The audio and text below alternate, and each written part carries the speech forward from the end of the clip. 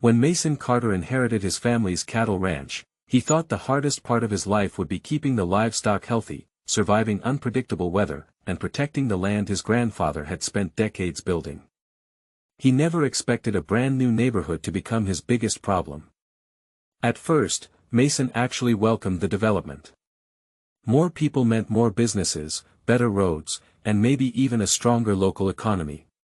But then the homeowners started complaining about something that had been there long before their houses ever existed: the smell of cattle. One woman in particular, a self-appointed HOA enforcer named Karen Whitmore, decided Mason's ranch was somehow the problem.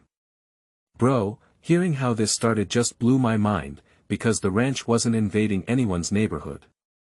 The neighborhood had literally been built beside the ranch." And when Karen decided Mason needed to change, she had absolutely no idea what she was about to unleash.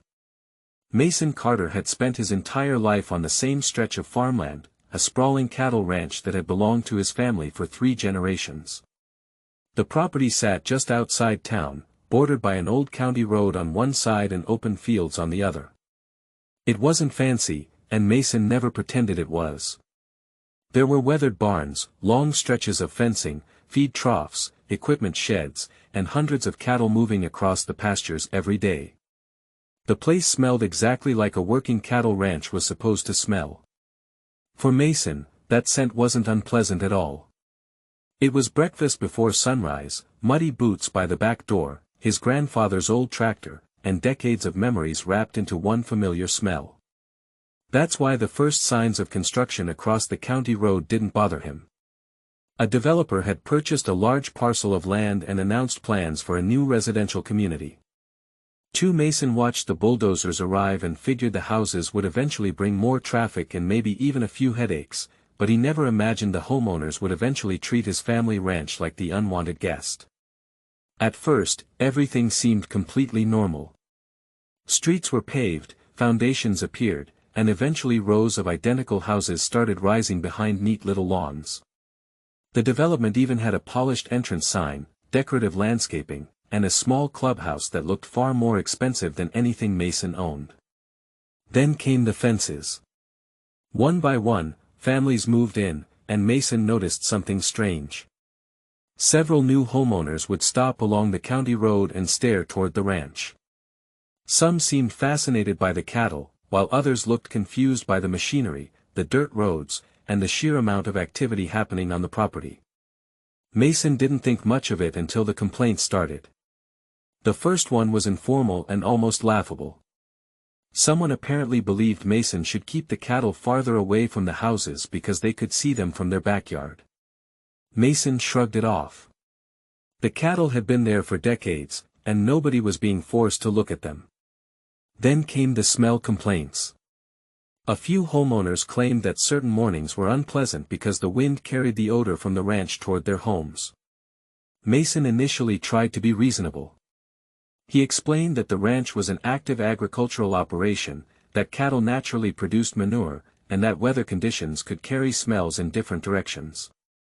He even pointed out that the ranch existed long before the development was ever approved. But instead of ending the issue, his explanation seemed to make some homeowners even more determined. They apparently believed that because they had paid a lot of money for their houses, they were entitled to a particular kind of environment surrounding them. And then Karen Whitmore entered the picture. Karen wasn't just another homeowner. She had quickly become one of the most active people in the neighborhood association, and she seemed to treat every rule violation like a personal emergency.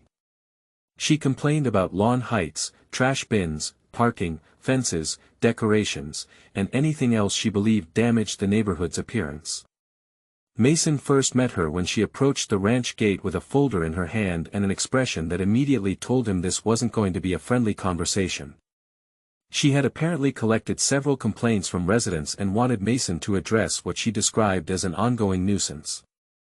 Bro, this was the moment the whole situation changed. Mason still thought this was just an annoying misunderstanding. He had no idea Karen had already decided that his ranch was something she could control. Karen Whitmore's campaign against Mason's ranch escalated much faster than anyone expected. What started as complaints about the smell soon expanded into demands about manure storage, livestock locations, equipment noise, and even the hours Mason was allowed to operate machinery. Karen apparently believed the HOA's authority extended far beyond the neighborhood's property lines, and she began sending Mason increasingly formal notices. Mason kept every document, every complaint, and every message in a growing folder, because something about the situation felt less like a neighborhood disagreement and more like someone trying to build a case against him. That instinct turned out to be important. The most ridiculous part was that Karen's complaints seemed to contradict the history of the property. Mason's ranch wasn't some new business that had appeared after the subdivision. The cattle operation had been there for decades.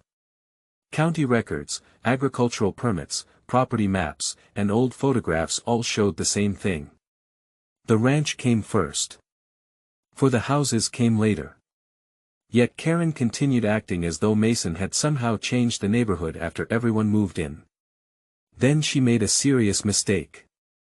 Instead of limiting her complaints to the HOA, Karen started contacting county officials and pushing for inspections.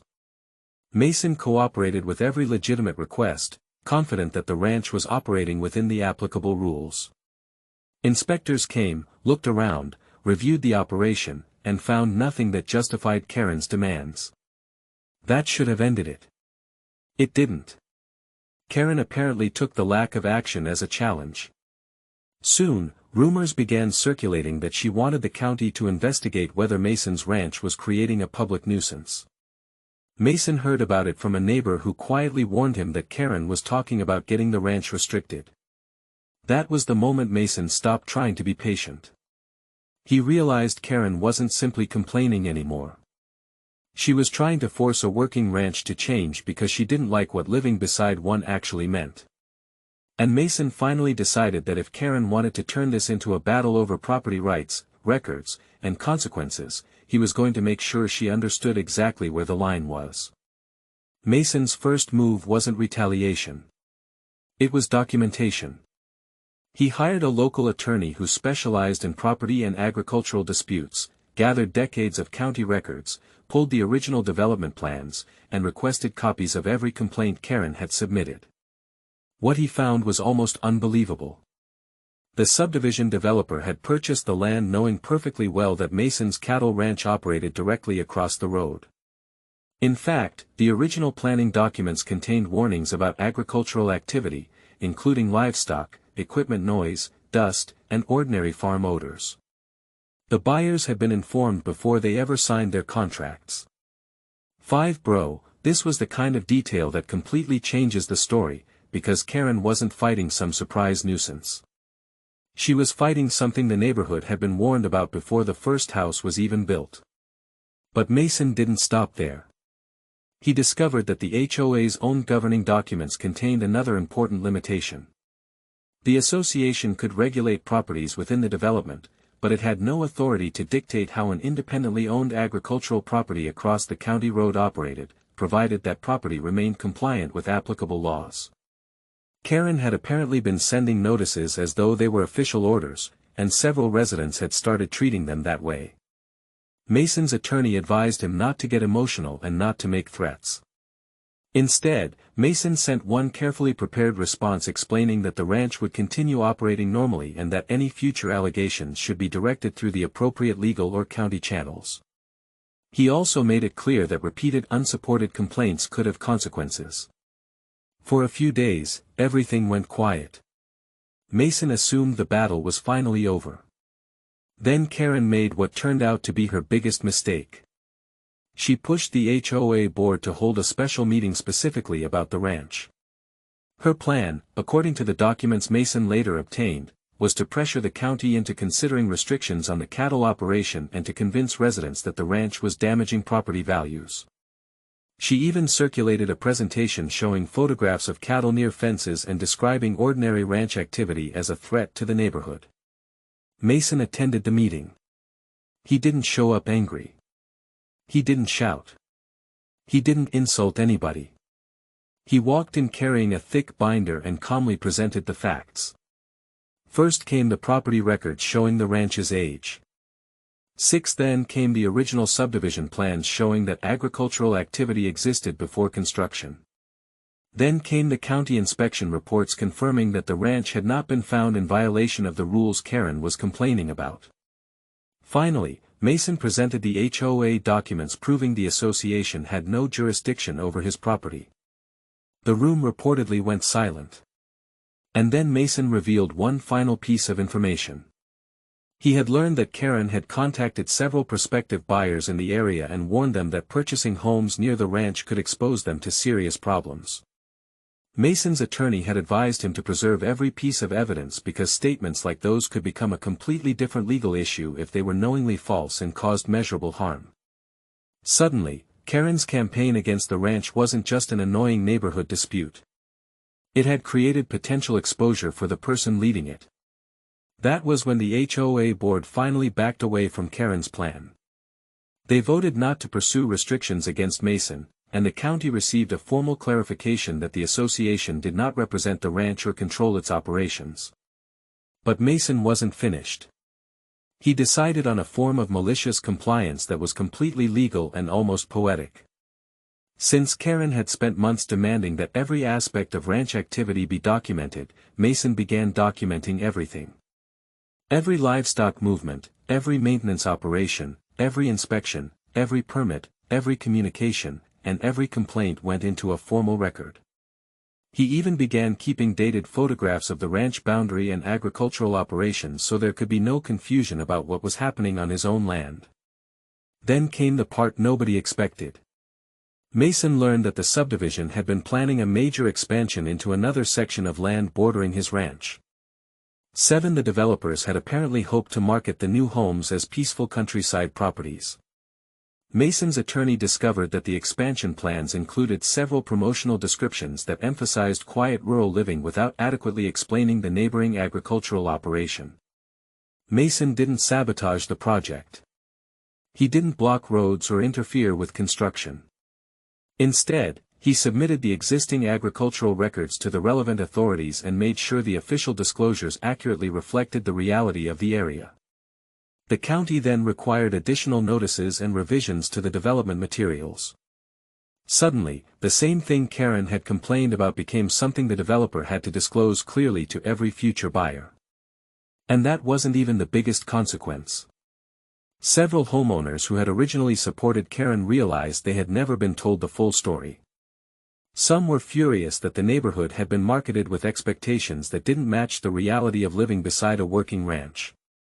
Karen had spent months trying to convince everyone that Mason was the problem, but her campaign had unintentionally exposed flaws in the development's own planning and communication. Mason eventually received a letter from the HOA acknowledging that the ranch predated the subdivision and that residents should expect ordinary agricultural activity to continue. Karen's influence inside the association also collapsed.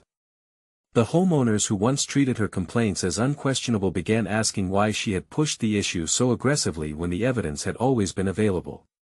Mason never celebrated publicly. He simply went back to running his ranch. And honestly, that made the ending even better. He didn't need to destroy Karen. He didn't need some dramatic confrontation in the street. He simply let the facts catch up with her. 8. The ranch stayed exactly where it had always been, the cattle kept doing what cattle do, and the neighborhood finally had to accept the reality that should have been obvious from day one. Karen wanted Mason to change the ranch because she didn't like living beside it. Instead, she ended up forcing everyone to acknowledge that the ranch had every right to be there. After the HOA meeting, the atmosphere around Mason's ranch changed almost overnight. The constant complaints stopped. The threatening-looking notices stopped arriving. County officials stopped showing up because there was no longer a stream of questionable allegations demanding their attention. Most importantly, the homeowners who had once viewed Mason as the source of every problem finally started seeing the situation from a different perspective. The ranch hadn't suddenly become acceptable. It had always been exactly what it was. The only thing that changed was that everyone now understood the facts. Mason continued running the ranch the same way he had before. He woke before sunrise, checked the cattle, inspected the fences, handled feed, and dealt with the endless maintenance that comes with operating a working property. Nothing about his daily routine changed because Karen had spent months trying to change it. And that was probably the most satisfying part. She had expected pressure and complaints to eventually force him into surrendering something he had every right to keep doing. Instead, the entire campaign had burned itself out. Then something unexpected happened. A few homeowners from the subdivision began approaching Mason in a completely different way. Instead of complaining, they asked questions about the cattle. Some wanted to know when the herd was moved between pastures.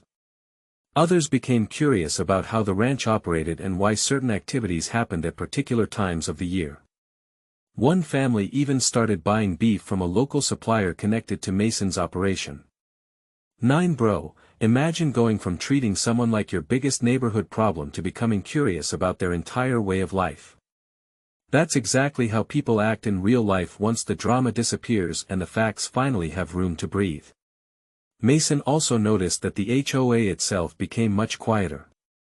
Without Karen constantly pushing new complaints, ordinary neighborhood issues became the focus again. Residents debated landscaping, community maintenance, and parking instead of trying to regulate a property they didn't own. The board eventually adopted clearer guidelines about what the association could and could not address outside the subdivision.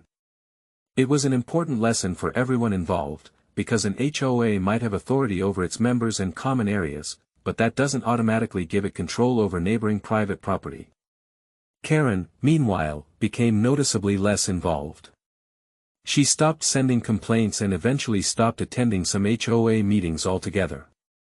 Mason never learned exactly what happened behind closed doors, and frankly, he didn't care. He had already spent enough time dealing with the situation. His goal had never been to embarrass Karen. His goal was simply to protect his ranch and stop someone else from dictating how he used his own land. The final twist came months later when the developer revised plans for the next phase of the neighborhood.